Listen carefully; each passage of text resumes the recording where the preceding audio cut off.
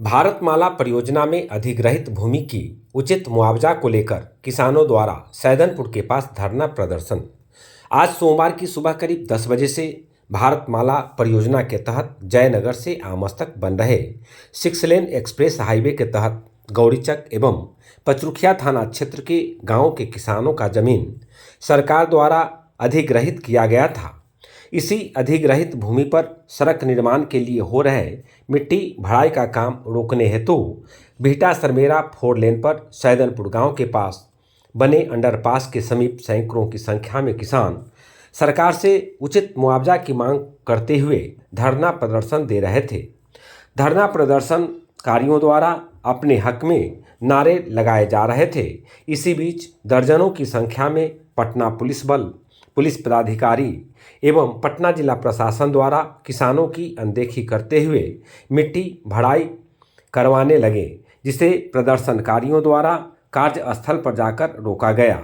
इसी बीच पटना सिटी भूमि उप समाहर्ता, अनुमंडल पुलिस पदाधिकारी सदर 2 एवं अन्य पुलिस पदाधिकारियों ने अपनी सूझबूझ से प्रदर्शनकारियों को समझाने के बाद कि इस संबंध में 5 लोगों का प्रतिनिधि मंडल संध्या 7 बजे पटना जिलाधिकारी से मिलकर अपनी समस्याओं को रखे, लेकिन आप मिट्टी भराई होने दीजिए।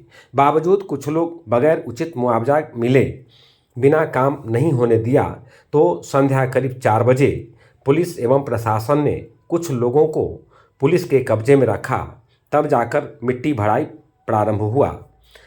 किसानों के प्रतिनिधि देव कुमार सिंह एवं गोपाल शंकर को सुने। उसको देना है एनएचआई के अधिकारी को। वो एनएचआई का अधिकारी हमारी जमीन को गिरवी कर रख रहा है। 60% एक दौर में 60 रुपया उसको देना है जमीन के बदले, लेकिन वो पैसा नहीं देना चाहता है। अब आप समझ लीजिए कि हम क्या करें। हमको यह अनर्थ कर रहे हो तो बताइए। हम बिल्कुल ऐसी बात कर रहे हैं कि हमारी जमीन है, हमारा मुआवजा दे दो। बिना मुआवजा के हमारी जमीन दखल करना बंद करो। दूसरे की जमीन दखल करना या तो अतिक्रमण है, नहीं तो गुंडागर्दी है। उसके लिए आपराधिक मुकदमे होते हैं। क्या यह आपराधिक मुकदमे से ऊपर का व्यक्ति है एनएचआई का अधिकारी? अगर ऊपर का व्यक्ति नहीं है तो क्या कानून जो हमारे लिए बनाया गया, सबके लिए बनाया गया, हम पालन करने के लिए मजबूर हैं, उनका पालन वह नहीं कर रहा है। मुकदमा किस पर होगा? जो कानून को मान रहा है, कानून का जो वायलेशन कर रहा है, कानून का जो उल्लंघन कर रहा है, वह नहीं मान रहा है, लेकिन उस पर कोई मुकदमा नहीं होता है। बताइए कौन सा लोकतंत्र है, कौन सी समाजवादी प्रक्रिया के तंत्र है? यह समझ में नहीं आता है। सरकार ने अब तो पीएनए कानून बन गया, पहले आईपीसी ने 353 धारा की कि सरकारी काम में बाधा। कौन सा सरकारी काम हो रहा है? ये सरकारी काम हो रही है? ये तो सरकार के पैसे का लूट है।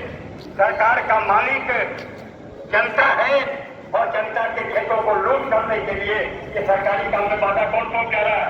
एनएचआई वाला पहुंचा रहा है। एनएचआई वाले के साथ जो लोग गए वही सरकारी काम में बाधा पहुंचा रहे हैं। हमारा पैसा नहीं देता है और पैसा नहीं देने के बाद भी जमीन दखल करने की साजिश रखता है।